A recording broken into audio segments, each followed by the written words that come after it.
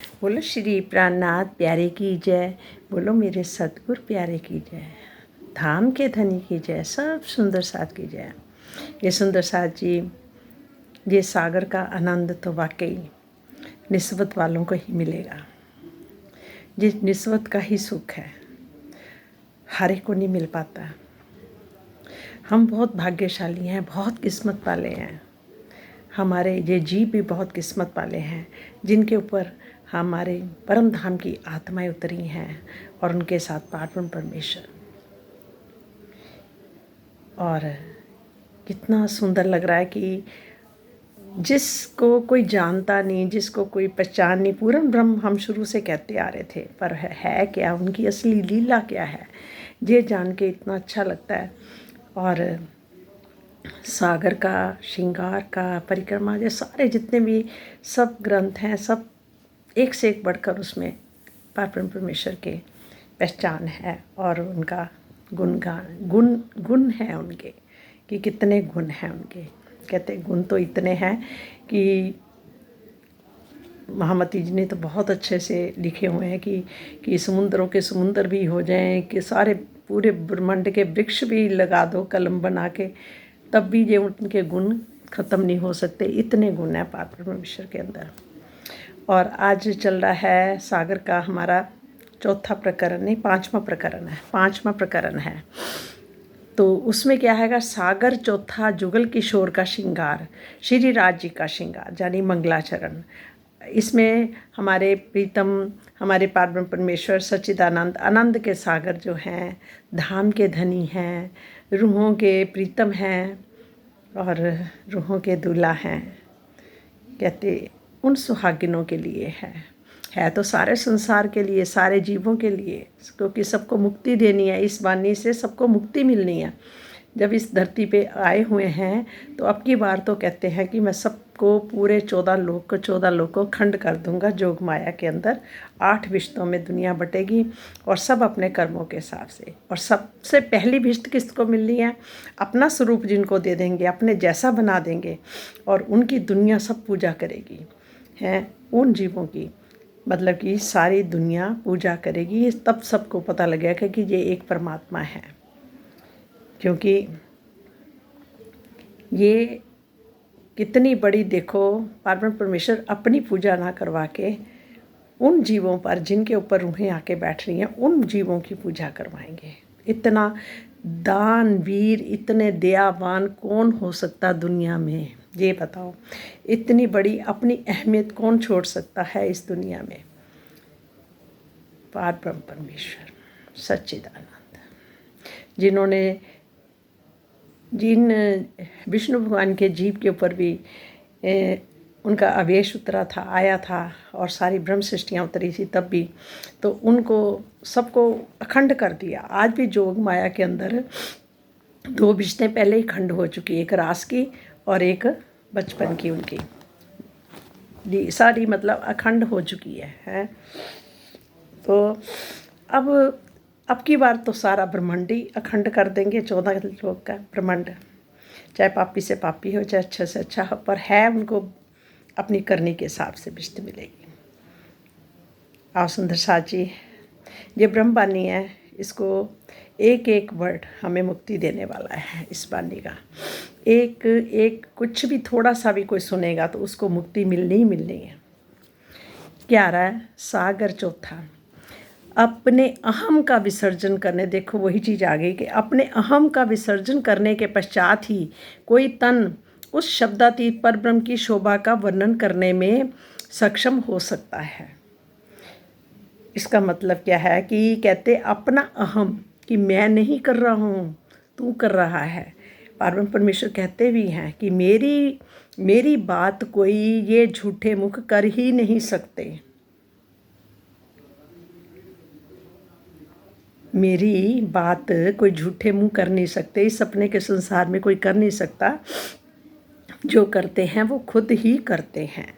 अपनी वाणी, अपनी पहचान कौन करा सकता है? खुद परमात्मा, खुदा जिसको बोलते हैं, जिसको पार्वण परमेश्वर बोलते हैं, जिसको सच्चिदानंद बोलते हैं, आनंद के सागर बोलते हैं, जिनकी श्यामा जी अर्धांगिनी हैं और उनकी 12,000 सखियाँ उनकी दुल्हनें हैं, और उन 12,000 में से हम आत्माओं की भी गिनती आती है, क्योंकि हमें जो सुख मिला है ब्रह्म का, अपने घर की पहचान का सुख मिला है, अपने प्रीतम का सुख मिला है।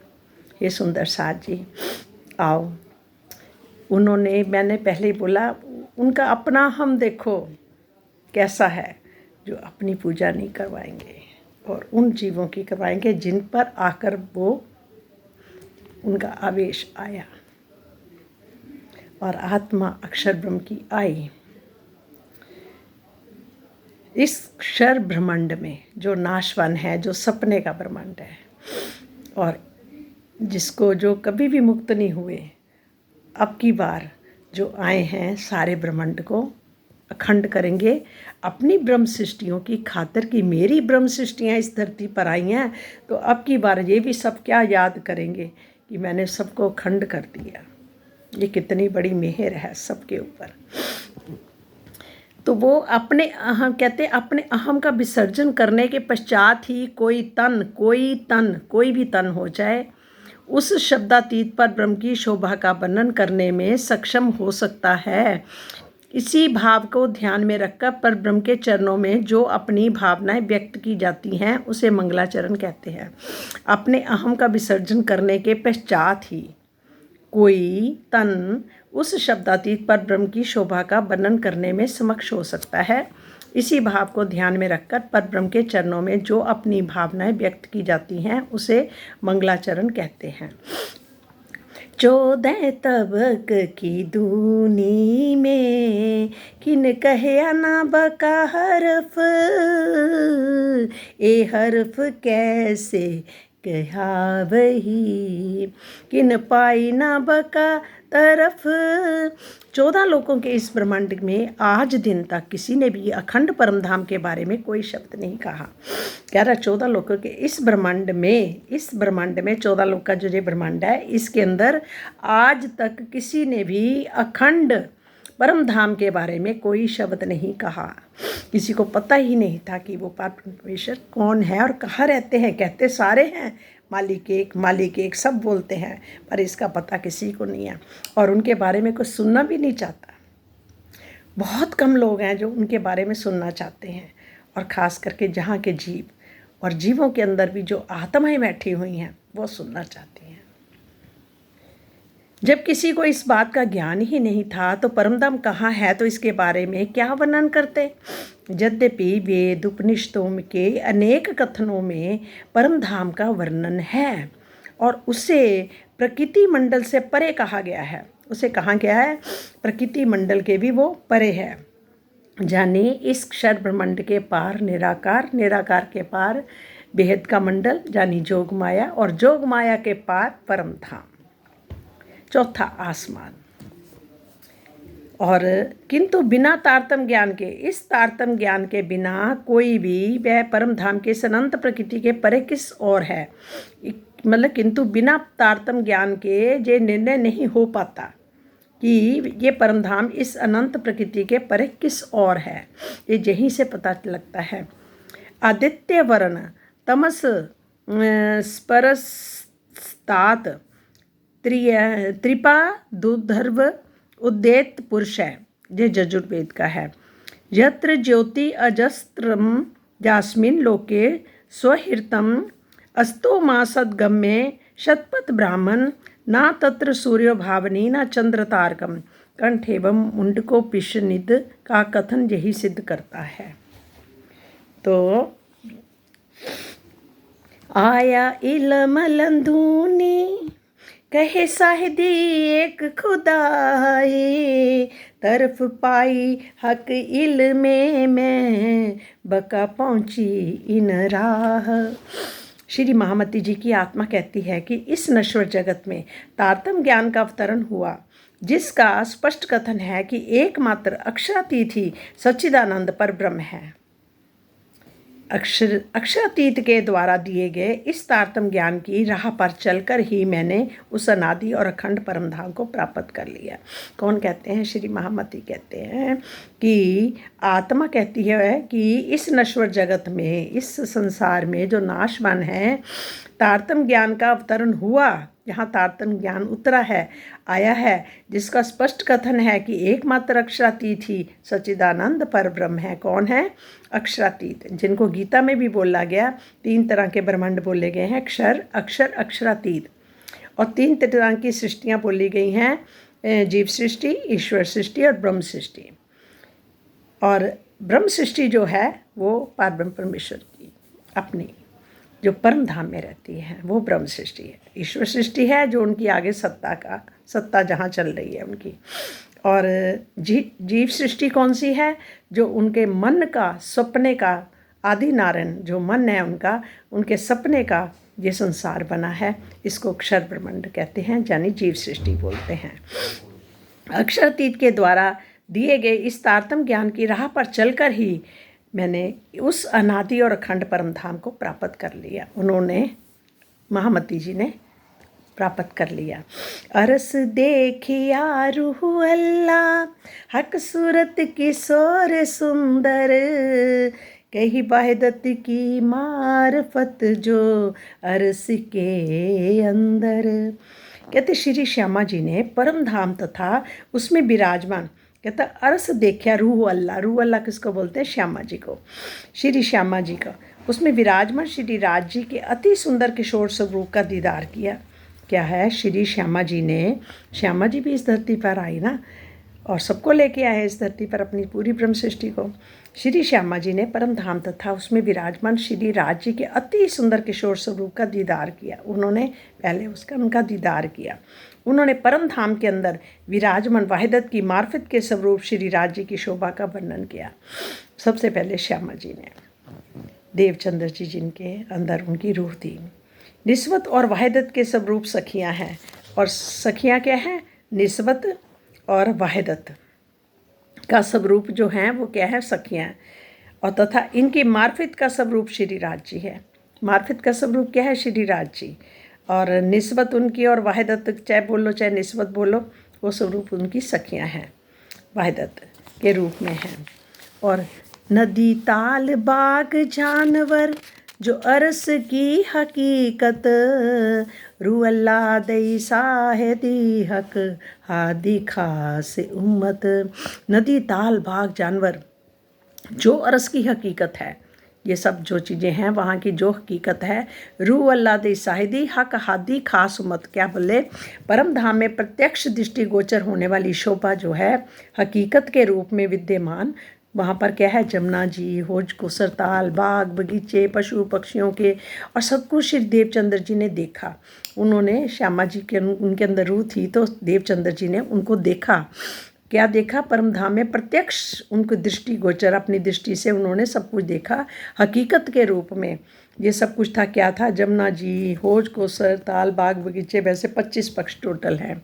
उन्होंने मूल मिलावे में विराजमान, जो मूल मिलावे एक गोल चबूतरे के ऊपर अपनी सब अंगनाओं को लेके बैठ के यहाँ का खेल दिखा रहे हैं, उसके बारे में बताया कि मूल मिलावे में विराजमान जुगल स्वरूप तथा सखियों को भी देखा और अपने बच्चनों द्वारा उसकी साक्षी दी। फिर उन्होंने अपने बच्चनों से सबको बताया और समझाया। मोहम्मद पहुँचे अरस में, देखिए एक सूरत, हौज जाए बाग जानवर, कही सब हक मार्फत। जो मोहम्मद साहब थे, सबसे पहले जो मुसलमान लोग वहीं से हुए हैं अरब कंट्री में, क्योंकि पहले लोग मिट्टी, आग, पेड़ों की, नदियों की ऐसे पूजा करते थे। तो इसलिए जो वहाँ पर उन्होंने मोहम्मद सबसे पहले वहाँ पर अर्श में पहुँचे। कह रहे मोहम्मद साहब भी अपनी आत्मिक दृष्टि से, किससे पहुँचे थे? अपनी आत्मिक दृष्टि से परम धाम पहुँचे और उन्होंने श्री राज जी का दीदार किया। उन्होंने पहली बार दीदार किया। हौज को सरताल, जमुना जी, बाग बगीचे एवं पशु पक्षियों मार्फत के स्वरूप शोभा को भी उन्होंने वर्णन किया है। उन्होंने अपने कुरान में ये सब चीज़ों का वर्णन किया है। मोहम्मद साहब अपनी पंच भौतिक तन या जीव के से परम धाम नहीं गए, वो अपने पंच भौतिक तन से नहीं गए थे, बल्कि उनकी आत्मिक दृष्टि ही परम धाम में पहुंची थी। पर उनको लग रहा था मेरा पूरा स्वरूप ही है, मैं ही पहुंचा हूँ। इसे ही मोहम्मद साहब का परम धाम में पहुंचना कहते हैं। जिस प्रकार स्वप्न में मन के तरंगें ही शरीर जैसा रूप धारण कर लेती हैं, उसी प्रकार आत्मा भी परात्म का प्रतिबिंब लेकर, अपनी परात्म का मतलब कि जो आत्मा है वो भी अपनी परात्म का प्रतिबिंब लेकर जीव पर बैठी होती है।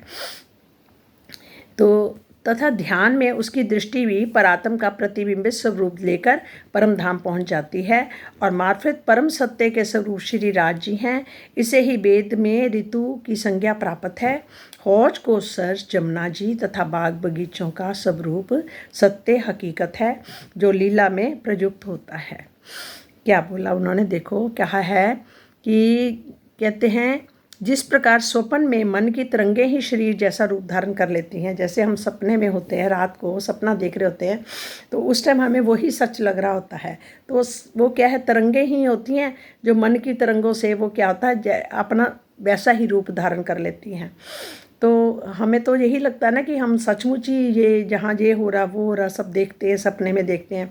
जब उठते हैं फिर लगता है अरे ये तो सपना था। उसी प्रकार से जो आत्मा भी है वो परात्म का प्रतिबिंब लेकर जीव पर बैठी होती है। यहाँ पर जीव जो है इनके ऊपर परात्म का ही रूप लेकर आत्मा इस शरीर पे जीव के ऊपर आकर बैठी हुई है। और ध्यान में उसकी दृष्टि भी, जब वो ध्यान करती है तो अपनी दृष्टि से परात्म का प्रतिबिंब स्वरूप लेकर परम धाम पहुँच जाती है। वो भी जब हम जबानी से जब पढ़ते हैं, जब सुनते हैं, तो वो भी उसी रूप में आत्मा भी अपना प्रतिबिंब का स्वरूप ही धारण मन से ही विचार के उसका स्वरूप बन जाता है, मन की तरंगों से ही। तो वो भी अपने परम धाम में जाकर चली जाती है। मतलब सपना, मतलब कि जहाँ बैठे उसका तो सपना ही चल रहा समझ लो, वो भी साक्षात वहाँ चले जाती है, पहुँच जाती है। और मार्फत परम सत्य के स्वरूप श्री राज जी हैं। और परम सत्य में मार्फत कौन है? परम सत्य जो है वो श्री राज जी खुद ही हैं, उनका दर्शन करने के लिए। इससे ही वेद में रित की संज्ञा प्राप्त है। और हौज का सर, जमुना जी, बाग बगीचों का स्वरूप सत्य है जो है वह हकीकत है। वो सत्य है और हकीकत है, ये जो लीला प्रयुक्त होता है। देखी, उन्होंने क्या देखा मोहम्मद साहब ने? देखी अमरद जुल्फे हक की, देखी अमरद जुल्फे हक की और बहुत करी मजकूर, कही बातें जाहिर बातून, कही बातें जाहिर बातून, पहुँच के हक हजूर। अपने हक के पास हजूरा, जो हजूर हैं, मतलब कि हाजरा हजूर हैं, उनके मतलब उन्होंने जाकर मोहम्मद जी की उन्होंने देखा, उनकी आत्मा के स्वरूप जो धारण करा अपने, उनको देखा जाके। कैसे देखे? मोहम्मद साहब जी ने राज्य के किशोर स्वरूप, अमृत सूरत का मतलब है किशोर स्वरूप, और उनके घुंघराले बाल बहुत करी मजकूर। देखी अमृत जुल्फ़े हक की, अमृत जुल्फ़े हक की उन्होंने देखी। क्या देखा? उनका अमृत स्वरूप देखा, किशोर स्वरूप देखा, और उनके घुंघराले वालों को भी देखा।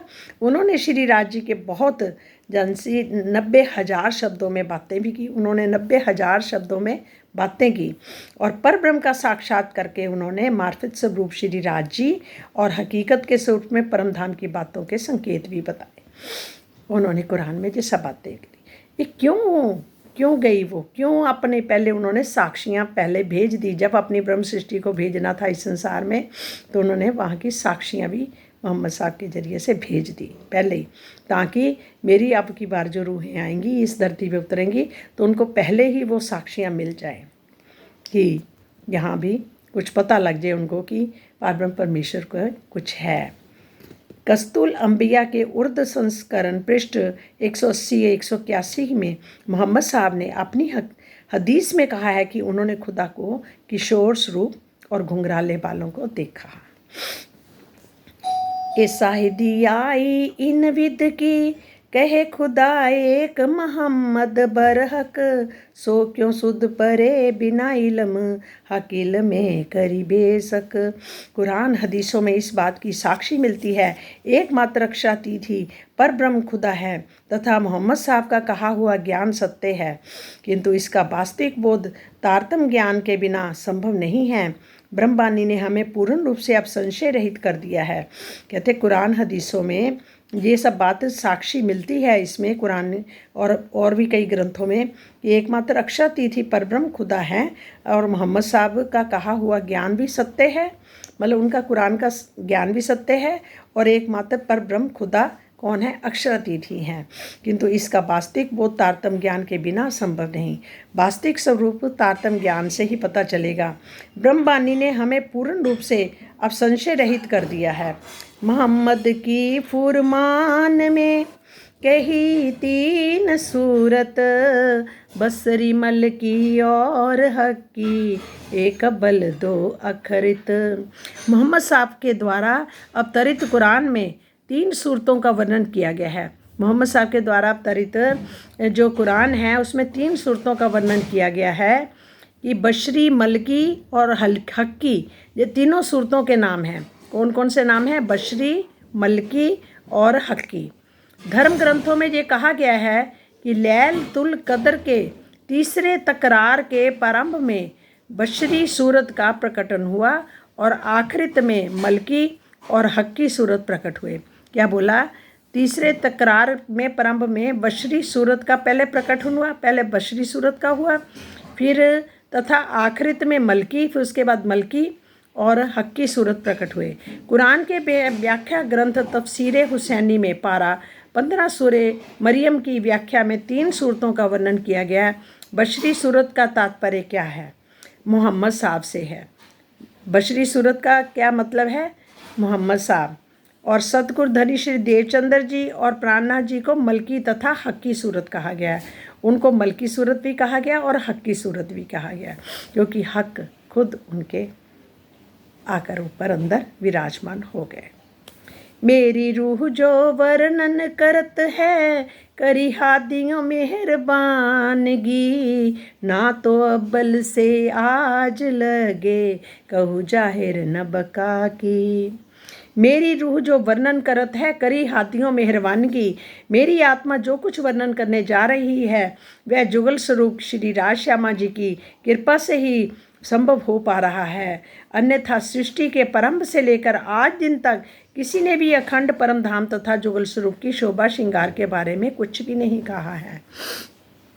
मतलब कि उनकी खुद ही सृष्टि के प्रारंभ से लेकर आज दिन तक किसी ने भी अखंड परम धाम की जुगल स्वरूप की शोभा का वर्णन किसी ने आज तक नहीं कहा। तो क्या कहा? वह जुगल स्वरूप श्री राज श्यामा जी की कृपा से ही संभव हो पा रहा है। उनकी अपनी ही कृपा से ये सब संभव हो पा रहा है कि उन्होंने अपनी खुदा ने आकर अपनी पहचान कराई। मैं कौन हूँ और तुम आत्माएं कौन हो, कहाँ से आई हो और कहाँ तुम्हें जाना है, कौन है तुम्हारा प्रीतम, ये क्वेश्चन है। और इसको जानना तारतम्य ज्ञान के द्वारा ही संभव है। आत्म चाहे वर्णन करूं, जुगल किशोर विद दोए, ए दोए वर्णन कैसे करूं, दो एक कहावत सोए। आत्म चाहे वर्णन करूं, जुगल किशोर विद दोए। क्या बोला? मेरी आत्मा चाहती है, आत्म चाहे वर्णन करूं, मेरी आत्मा चाहती है कि मैं जुगल स्वरूप श्री राज श्यामा जी की शोभा का अलग अलग वर्णन करूं। कहती मेरी रूह चाहती है कि मैं दोनों का अलग अलग वर्णन करूं, राज जी का भी और श्यामा जी का भी, अपने श्यामा जी का। किंतु ये प्रश्न खड़ा हो जाता है कि जब दोनों एक ही स्वरूप कहलाते हैं तो इनका अलग अलग वर्णन कैसे किया जा सकता है? जब स्वरूप तो दोनों एक ही कहलाते हैं तो वो खुद ही खुदा, सारे रूप अलग अलग उन्होंने धारण करे हुए हैं। वर्णन होए इल्म से, जो इल्म हक का होए। शोभा का वर्णन तो ज्ञान के द्वारा ही होगा। शोभा का वर्णन कैसे होगा? ज्ञान के द्वारा। किंतु ऐसा ज्ञान चाहिए जो श्री राज जी के द्वारा दिया हुआ हो। अर्थात यदि धाम धनी मेरे अंदर बैठकर स्वयं ही वर्णन करें तभी ऐसा होना संभव है।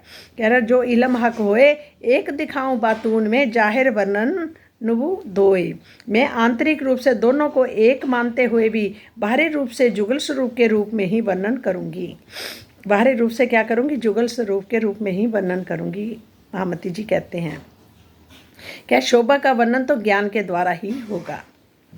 रूह चाहे बकास रूप की वर्णन करूं जिमीन, इल्म लंदूनी खुदाई से, इल्म लंदूनी खुदाई से, जो कबहू न सुनिया किन, जो कबहू न सुनिया किन। रूह चाहे बका स्वरूप की, मेरी आत्मा यही चाहती है कि मैं श्री राज श्यामा जी के अखंड स्वरूप का वर्णन करूं, झूठे संसार में करूं। ये संसार झूठ का है, स्वप्न का है। इस झूठे संसार में मैं वर्णन करूं जिमी पर, इस जिमी के ऊपर मैं उनका वर्णन करूं। रूह चाहे बका स्वरूप की, उस पार ब्रह्म परमेश्वर की स्वरूप की मैं वर्णन करूं। और इलम लंदूनी खुदाई से इस स्वरूप का वर्णन आज दिन तक इस संसार में किसी ने भी नहीं सुना, जो कबहू न सुनिया किन। कहते हैं कि जो आज तक इस संसार में किसी ने भी नहीं सुना है, और किंतु श्री राज जी के दिए हुए तारतम ज्ञान से ही ऐसा होना संभव है। कैसे? इलम लंदूनी खुदाई से, खुदा के क्या बोला है? किंतु श्री राज जी के दिए हुए तारतम ज्ञान से ही ऐसा होना संभव है। पुराण संहिता तथा महेश्वर तंत्र में भी श्री राज श्यामा जी की शोभा का वर्णन दर्शाया गया है। वस्तुतः ये केवल ब्रह्म और उसकी अनंत शक्ति शोभा का ही वर्णन है। वर्णन क्या है? आनंद और केवल ब्रह्म, और वस्तुतः वह केवल ब्रह्म तथा उनकी अनंत शक्ति की शोभा का ही वर्णन किया है। केवल ब्रह्म और उनकी अनंत शक्ति का। अक्षरातीत के आवेश के बिना जुगल स्वरूप श्री राज श्यामा जी का वर्णन असंभव है। अक्षरातीत खुद पर पारब्रह्म परमेश्वर के बिना कोई उनका वर्णन नहीं कर सकता। स्वरूप का राज श्यामा जी का वर्णन बहुत मुश्किल है, असंभव है।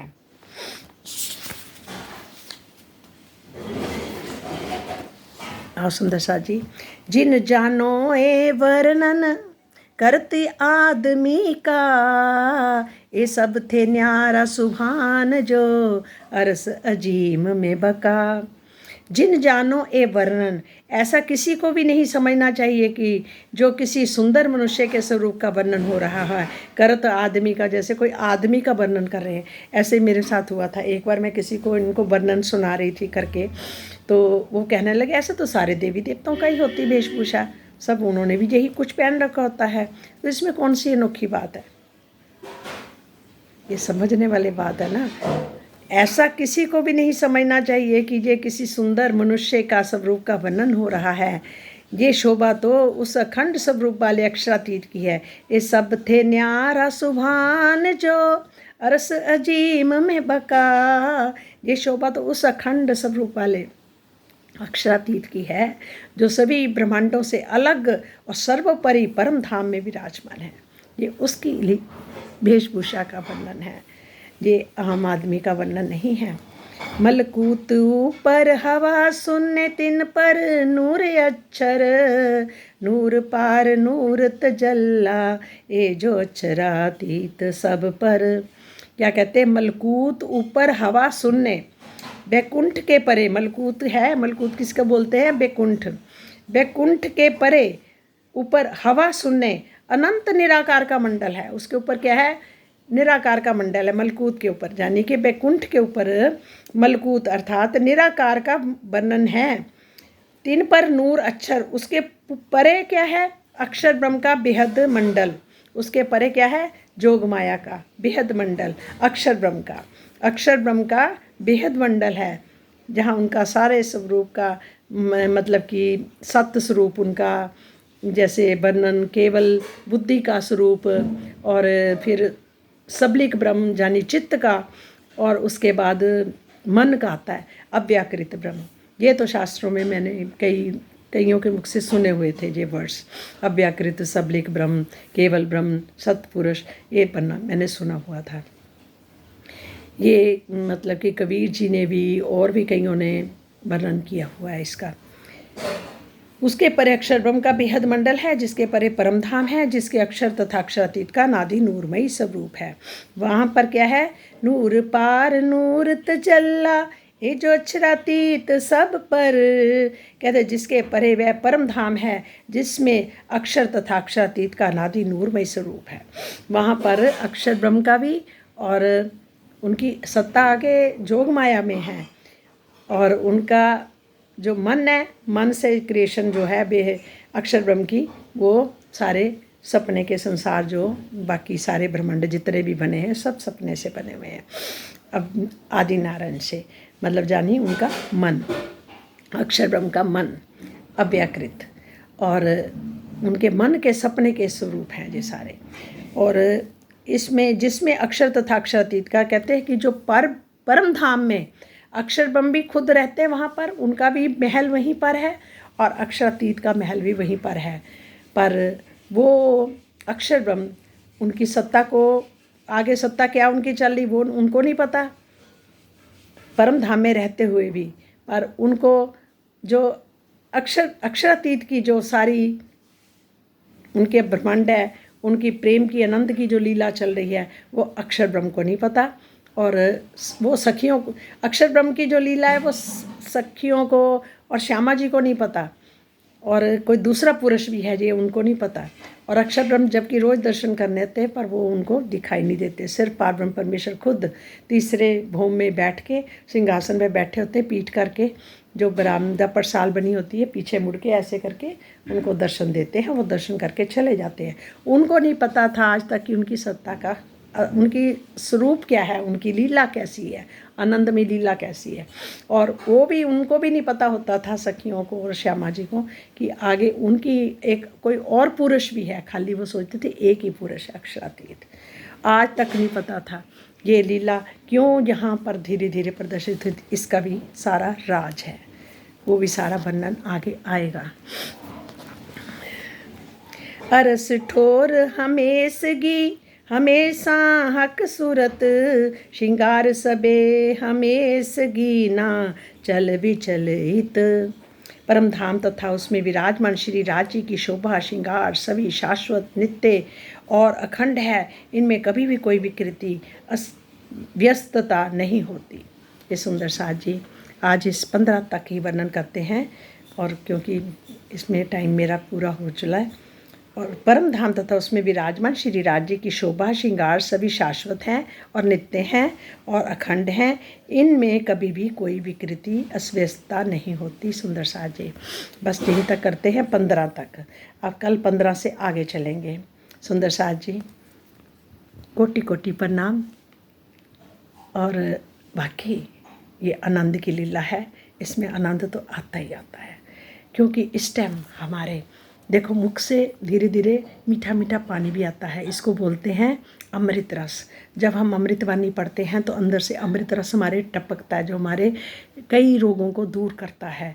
हमारे कितनी मतलब कि भ्रम भी हमारे ख़त्म करता है, ये वाणी ख़त्म करती है। ये आनंद और अमृत का रस है, इसे कोई भी ना छोड़े और इसको हर आदमी पिए और प्रेम से पिए।